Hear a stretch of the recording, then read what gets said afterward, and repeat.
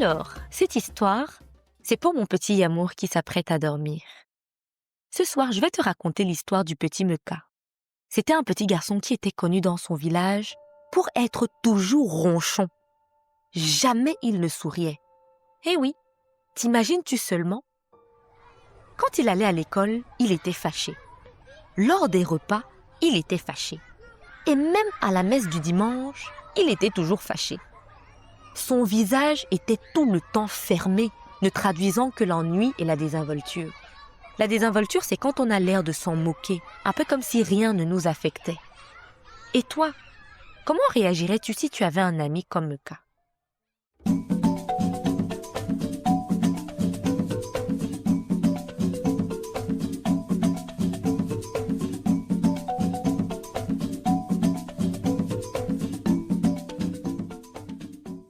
Comme il ne souriait jamais, les autres finissaient par s'éloigner de lui.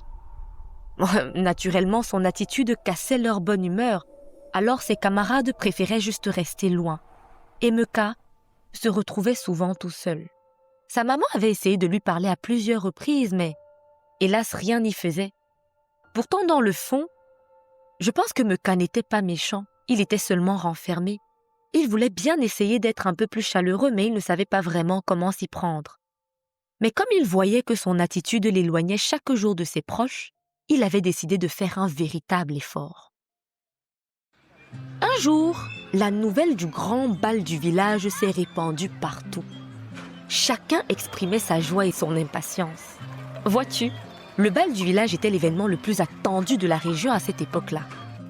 On pouvait boire des sucreries à volonté, manger jusqu'à exploser et danser jusqu'au lever du soleil. La joie et la bonne humeur étaient au rendez-vous.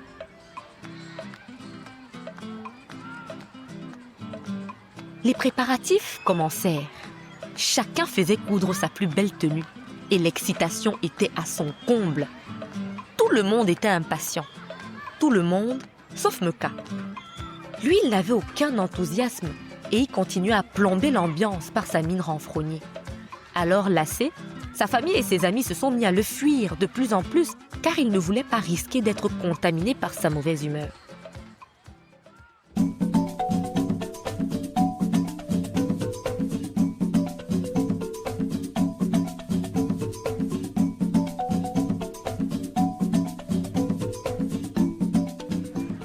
Le jour du bal arrivant enfin, on sentait l'effervescence dans tout le village.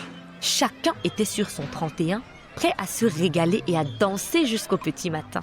Le chef du village prononça son discours et la fête put enfin commencer. Quelle ambiance! On entendait des éclats de rire qui résonnaient partout.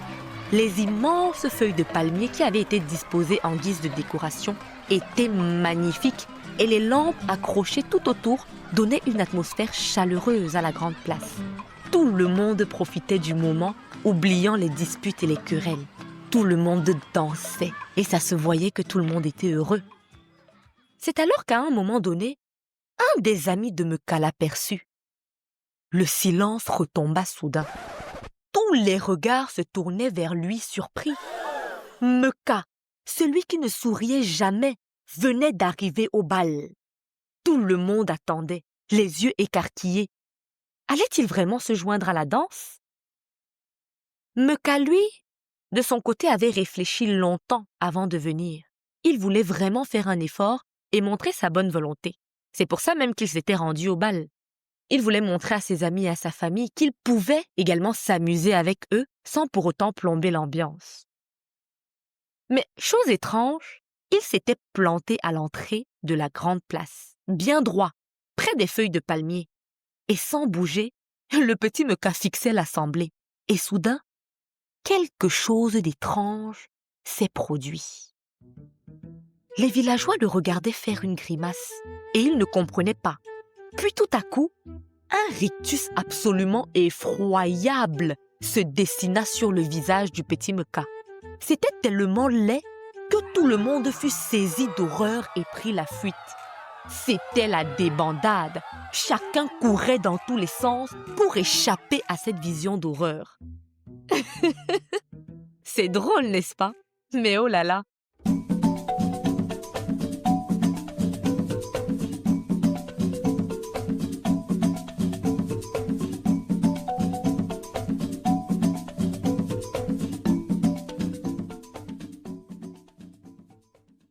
En réalité, le petit Meka qui n'était pas habitué avait simplement essayé de faire un sourire chaleureux à tout le monde. Mais le résultat était catastrophique. On aurait dit un vieux yak montrant ses dents en éternuant. Quelle surprise pour le village qui n'avait jamais vu Meka ainsi. Depuis ce jour-là, le petit Meka fait l'effort de sourire plus souvent et se montre joyeux quand il le faut. Et le village, habitué à son nouveau visage, n'a plus jamais été surpris. J'espère que cette histoire t'a plu, mon petit amour, et que tu retiendras qu'avec un sourire, il est plus facile d'attirer la sympathie qu'avec une mine toujours renfrognée. Je te souhaite de passer une bonne nuit, mon amour. Je t'aime. Bisous!